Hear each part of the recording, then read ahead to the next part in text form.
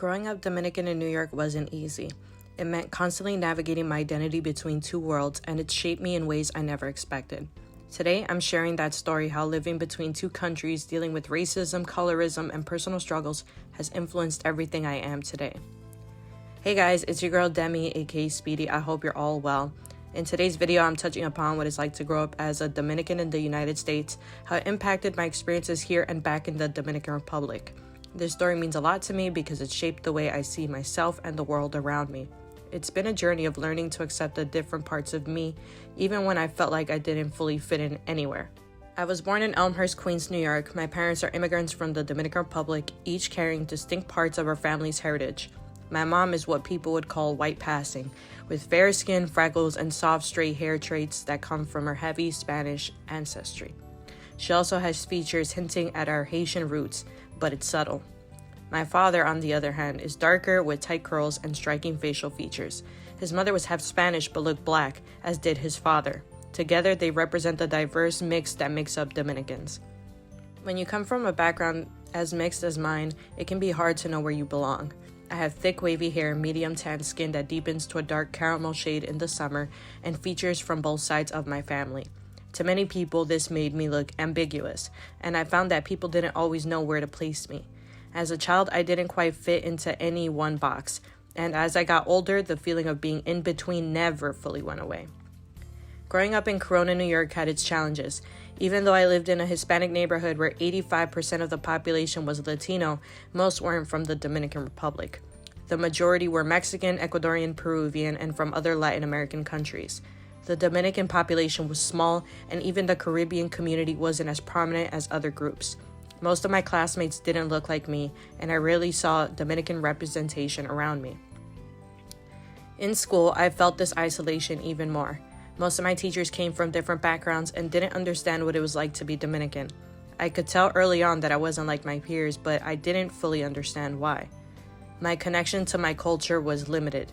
I knew the food we ate, the music my family loved, and our language, but I didn't fully grasp why it made me different.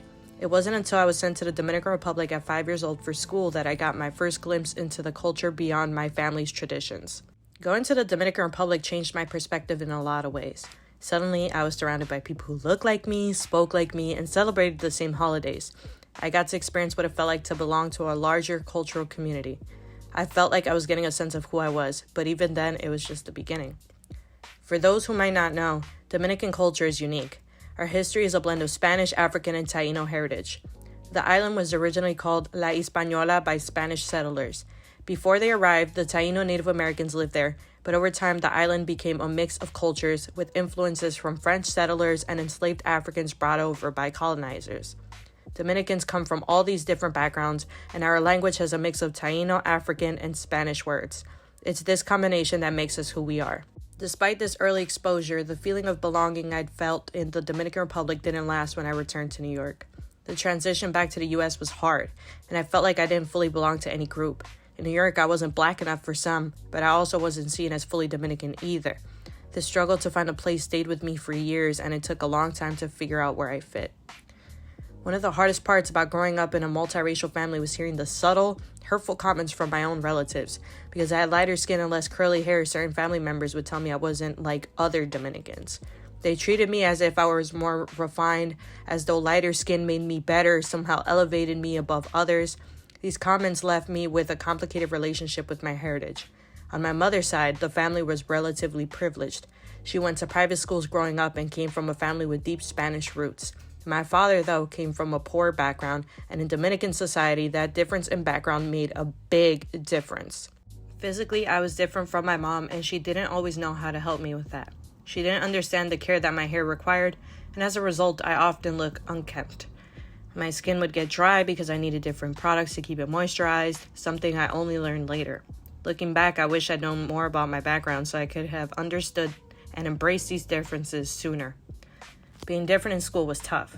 I spent a lot of time by myself watching shows and trying to relate to the characters on TV, but none of them truly represented me.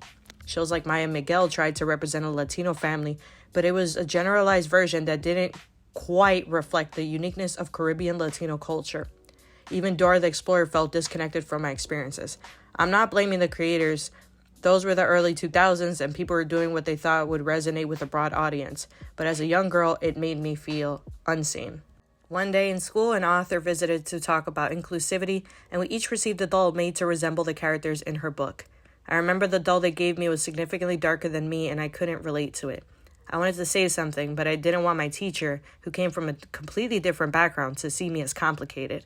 This is just one example, but it symbolizes how I often felt growing up misunderstood and out of place, even among people who were supposed to be my peers. As I moved to middle school, I noticed some friends from elementary school drifted away because they'd found classmates who shared their background. I felt isolated all over again, like I was losing a piece of myself.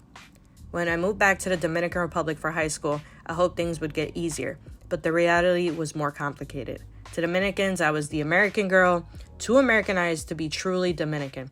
They saw me as an outsider, assuming I wouldn't understand their struggles.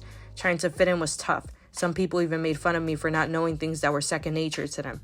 And in Dominican culture, appearance is everything. Dominicans love to look good, smell good, and dress well. But I hadn't yet learned how to present myself in a way that would be accepted. I had to figure it out on my own, and it made me feel very self-conscious. Even within the Dominican community, there were deeper issues I didn't fully understand until later. Our history of colorism, especially under the dictatorship of Rafael Trujillo, shaped how Dominicans view race and heritage. Trujillo was a mixed-race man who, despite his own Haitian heritage, promoted Spanish culture as superior and instilled a stigma against Afro-Dominicans that still lingers.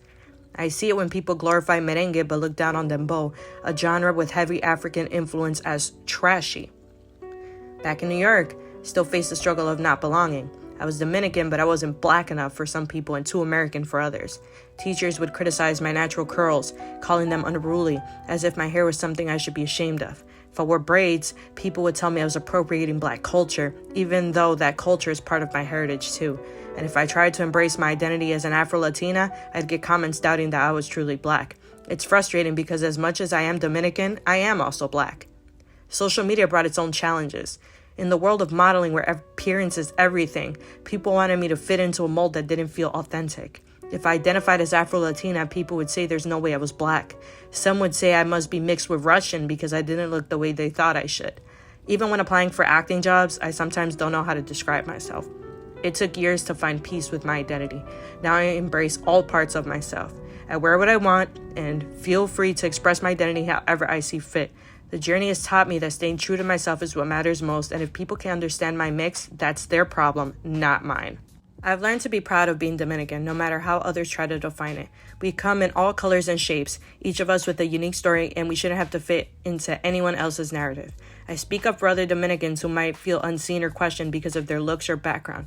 I hope that by sharing my story, I can encourage others to embrace who they are fully, even when it means going against what people expect. If you resonate with this story, I'd love to hear from you. Drop a comment below and share your own experiences, whether it's about embracing your culture, challenging stereotypes, or anything that helped you find your voice. Don't forget to like, subscribe, and share this with anyone who needs a reminder that they are enough just as they are. Here is a message from our sponsor. ¿Qué lo que? ¿Qué lo que? What do you mean, ¿qué lo que? Are we going to talk now, or is this going to be a one-word conversation? Nah, just asking how you doing. ¿Qué lo que? ¿Qué lo que? What? It's a Dominican thing, you know? Just keeping it cool. Ah, a Dominican thing. So we're just going to start with ¿qué lo que? We're not going to start with the hello for once? Nah, ¿qué lo que just works better. Sure, it works if you want to make every conversation sound like a question. But sure, it works. I remember it. Drop a comment down below of the funniest thing that you've heard.